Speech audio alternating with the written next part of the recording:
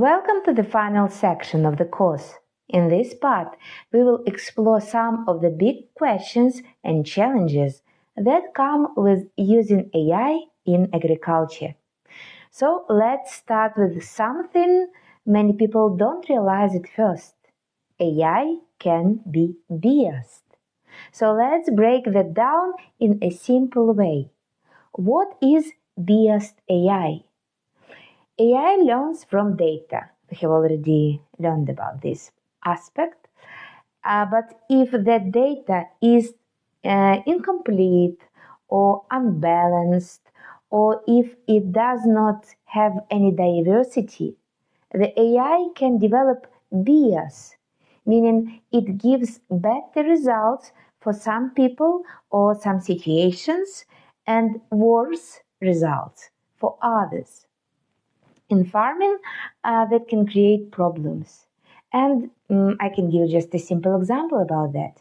Let's say an AI model for detecting plant diseases is trained mostly on images of corn leaves from the farms in the United States.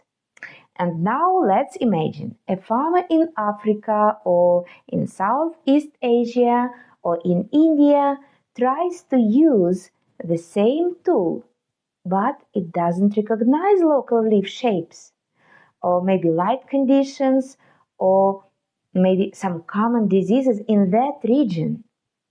And what is the result? The result is that the tool gives poor advice or misses problems completely. That's AI bias in action, and it can lead to mistakes, waste, or even crop failure. So, where can bias come from? First of all, bias comes from limited data. If most training data comes from one region, from one crop or animal type, it looks like it may bring bias. The second thing is about unequal representation. If small farms, local varieties, or diverse climates are underrepresented, it's also one of the signs of possible bias. Third part is about human labeling errors. We are all humans, we make mistakes. So if the examples used to train the AI were labeled incorrectly, there is a high probability that the AI will be biased when assessing some specific situation and providing some prediction.